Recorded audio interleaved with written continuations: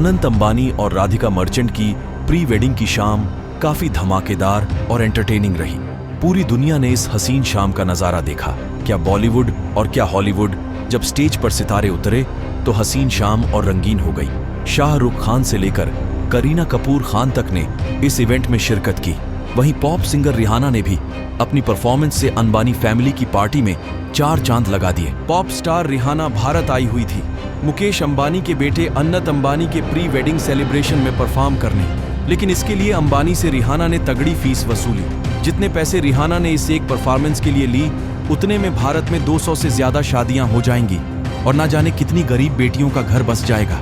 चलिए इस वीडियो में जानते हैं रिहाना से जुड़ी कुछ खास और इंटरेस्टिंग बातें। साथ ही ये भी जानेंगे रिहाना ने कितने पैसे लिए और अंबानी की तरफ से उनको क्या गिफ्ट मिला। भारत के अरबपति बिजनेसमैन मुकेश अंबानी के बेटे अनंत अंबानी और राधिका मर्चेंट का प्री वेडिंग सेलिब्रेशन गुजरात के जामनगर में रख। इस सेलिब्रेशन में 4 चांद लगाने दुनिया भर की हस्तियों को बुलाया गया। बड़े बड़े एक्टर्स और सिंगर्स इस मौके पर परफॉर्म कर रहे। इन्हीं में से एक नाम है ग्लोबल सिंगिंग स्टार रिहाना का। खबरों की माने तो प्री वेडिंग फंक्शन में परफॉर्म करने लिए रिहाना ने तकरीबन $8 मिलियन की फीस वसूली है। वहीं भारत के हिसाब से देखें तो ये रकम तकरीबन 54 से 74 करोड़ रुपए के आसपास बताई जा रही है। अगर एक शादी पर 20 लाख रुपए भी खर्च किया जाए तो 200 से ज्यादा शादी हो जाती और ना जाने कितने लोगों का घर बस जाता। आपको बता दें कि रिहाना के पिता सड़क के किनारे कपड़े बेचा करते थे, तो कभी कभी रिहाना भी उनके साथ खड़ी हो जाती थी। आगे चलकर रिहाना ने भी स्कूल में छोटे आइटम और मिठाई बेचकर घर की आर्थिक स्थिति को मजबूत करने का प्रयास किया।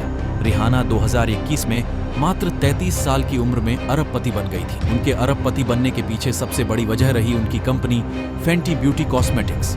इस कंपनी में रिहाना की 50% हिस्सेदारी है। वर्तमान में रिहाना के कई बिजनेस वेंचर्स हैं। इसमें मेकअप से लेकर लग्जरी फैशन ब्रांड तक शामिल है। रिहाना ने अपने बिजनेस सफर की शुरुआत साल 2011 में की थी। सबसे पहले उन्होंने परफ्यूम के बिजनेस में कदम रखा और रेबेल फ्लियोर परफ्यूम लॉन्च किया। पहले साल में ही $80 मिलियन के परफ्यूम बिक गए। इसके बाद रिहाना ने कई परफ्यूम अपने ब्यूटी ब्रांड फेंटी के नाम से मार्केट में उतारे। इसके अलावा रिहाना कई बड़े ब्रांड्स की क्रिएटिव डायरेक्टर रह चुकी हैं। इन ब्रांड्स में प्यूमा, अरमानी और डियोर जैसे नाम शामिल हैं। रिहाना को सफलता साल 2003 में मिली जब उन्होंने संगीत निर्माता इवान रॉजर्स के लिए ऑडिशन दिया, जिन्होंने उनकी योग्यता को पहचाना और डेफ जैम रिकॉर्डिंग्स के लिए उनके ऑडिशन की व्यवस्था की। उसके ऑडिशन से प्रभावित होकर डेफ जैम ने 16 साल की आयु में रिहाना को साइन कर लिया, जिससे उसके स्टारडम में काफी तेजी के साथ बढ़ोतरी हुई।